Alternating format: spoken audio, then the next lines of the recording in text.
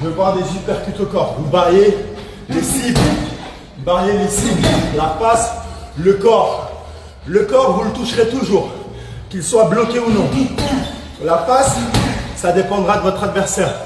Si vous... Style, bravo. Excellent travail. Il vient de faire 30 minutes de sac.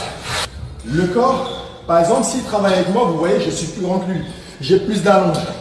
S'il se concentre à me taper au visage, il va manquer beaucoup de coups. Un, parce que j'ai déjà l'allonge. Deux, si je suis doté d'un bon coup d'œil ou d'une bonne défense, je vais le mettre dans le vent. Par contre, s'il travaille au corps, même si je bloque, il me touchera. Ok, ça ne va pas me faire mal, mais la frustration augmente chez moi et la confiance augmente chez lui. Pendant que moi, la mienne descend parce que je me fais toucher, lui, la sienne augmente parce qu'il me touche. Ses intentions portent leurs fruits. Vous ne pourrez pas faire mal à tous les coups. Vous devez saper, détruire au fur et à mesure. C'est comme les jeux vidéo. Même quand le bonhomme il met la garde, sa petite barre d'énergie diminue un petit peu.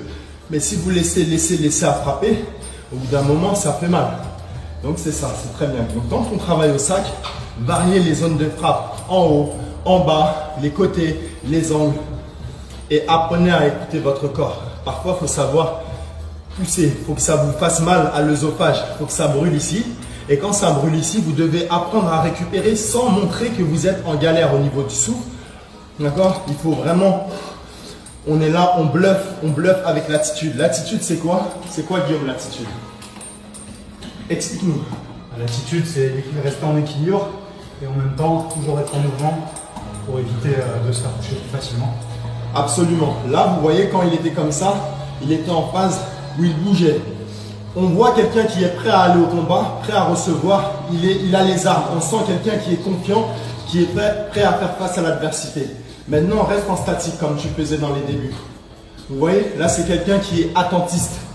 On sent qu'on peut le dominer facilement parce qu'il ne bouge pas, il n'y a rien. Par contre, dès qu'il bouge, là, c'est une autre histoire. Le regard est très important. On baisse le menton pour avoir ce regard un petit peu méchant. Vous voyez, un peu sérieux. Si je suis là, j'ai une tête de gentil. Si je baisse, j'ai une tête de déterminé. On sent qu'il y a quelqu'un qui peut avoir le seum et qui peut envoyer, qui est prêt à aller au combat. Et c'est ce que vous devez faire. D'accord? Avoir une bonne posture et avoir, voilà, votre intention, votre attitude, votre posture doit donner beaucoup d'informations que votre adversaire doit capter et que les autres voient. Encore les gens autour, il faut qu'ils disent putain, lui il est chaud. Ça se voit qu'il envoie ou qu'il est déter.